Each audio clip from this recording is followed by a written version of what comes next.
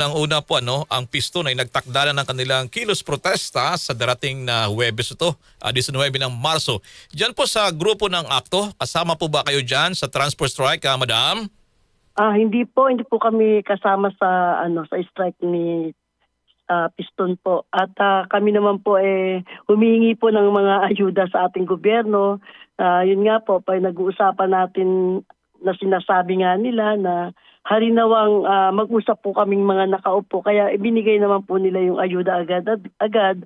At bukas naman po yung ating fare increase. Kaya lang hindi po namin alam kung magkano bukas po mag-aanonsyo ang ating LTFRB at DOTR. So ma'am, kasama kayo dyan sa tinaguriang yung Magnificent Seven ba? Anong impormasyon nyo na hindi rin sasama? Kasi kasama po kami po ng Pasang Mazda, AKTO, saka Alto Dapang file ng fare increase ng 5 piso 2 years ago. Kaya nakakuha na po kami ng provisional fare increase na 2 piso. So ngayon hinihirit po namin na halinawa makakuha po tayo ulit ng kahit 2 piso sa sobrang taas po ng ating mga diesel. So provisionary 2 pesos. Sa palagay nyo, sapat na po ba yan? Para naman doon sa taas pamasahin ng ating mga pampublikong mga jeepney, madam? Yes po, medyo hindi nga talaga sasapat sa amin to. Talaga naghihirap po kami. Ito na po yung dagok talaga sa buhay ng transport sectors nationwide.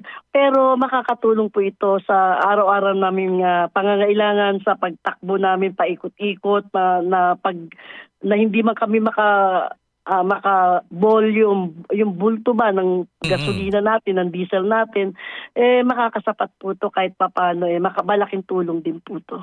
Kay bukas Martes, nako, ito na naman po tayo dagdag na naman dito patong sa all price hike, produktong petrolyo, lalo na sa diesel po.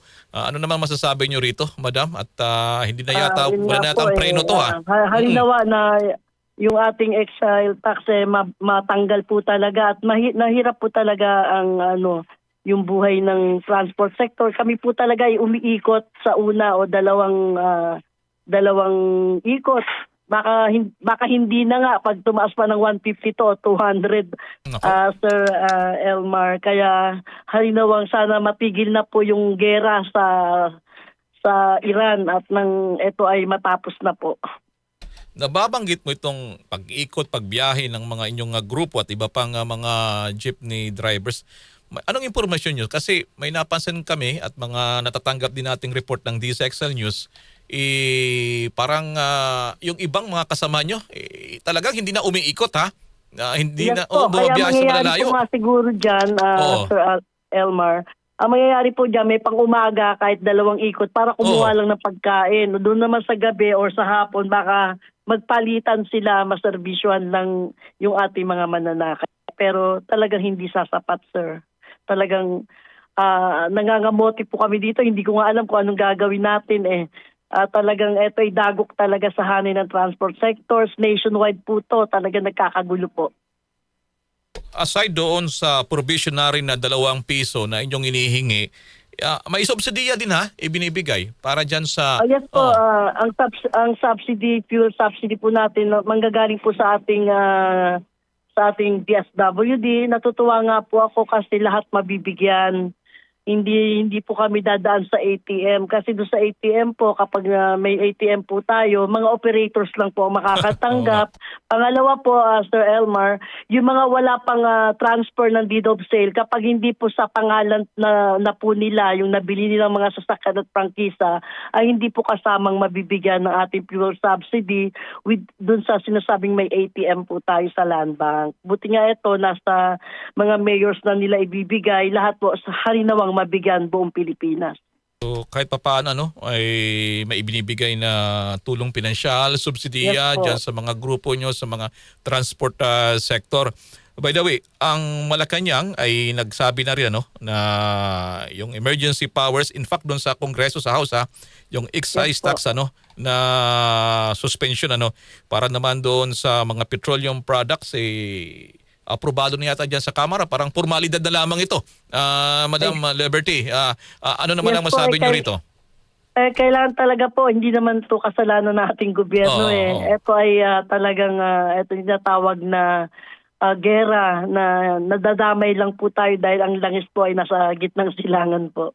Kaya ang nagiging problema natin yung ating mga diesel nationwide at hindi lang po worldwide na po to. Kung talagang magtutuloy-tuloy po ang gera, talagang wala na pong tatakbo kahit barko, eroplano or sasakyan natin na public transport. Siguro kailangan po natin, Sir Elmar, magbisikleta po tayo siguro kung pwede. At electric na po ang gamitin. Oo nga, nagtataka naman tayo bakit sa Pilipinas naghihirap na nga tayo. Parang yung walang masyado tayong encouragement dito sa mga pagbisikleta. Yes po, biglaan Di po ba yung naman mayaman kasi ng ito, mga sir. bansa, mayaman talagang bisikleta sila talaga doon. O kaya mga kadilakad, po. imbis na Cadillac. Talagang ini-encourage sila for health at guna rin sa pagtipid pa sa mga petrolyo. Anyway, Madam Liberty, anong mensahe niyo po dito po sa ating mga kababayan sa transport sector at sa mga mananakay na rin natin sa panahon po ngayon? Opo, sa ating mga transport sectors, mga operators at driver, akto man o hindi, nationwide, nananawagan po ko sa inyo na konting tiis na lang po tayo muna kasi at ganun din po sa ating mga operators na sana bawasan po nila yung ating mga boundary system natin para fair naman lahat po kikita yung drivers natin at kikita rin naman yung ating mga operators. At ganun din naman po Sir Elmar, doon sa ating mga mananakay, ang hindi pa man bukas pa po namin malalaman kung magkano itataas ng pamasahe. Hindi pa man po kami po, lalo-lalo na po yung akto, humingi po ng pasensya po sa inyo dahil kung wala naman po kaming pagtaas ng pamasahe at kung wala na rin po kaming perang pambili ng mga diesel namin, gasolina, hindi po namin kayo maihatid sa patutunguhan nyo at sa uuwian nyo. Pasensya na po.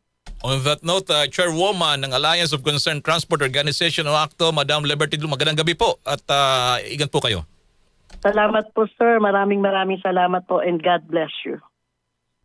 Maraming salamat din po. DZXLU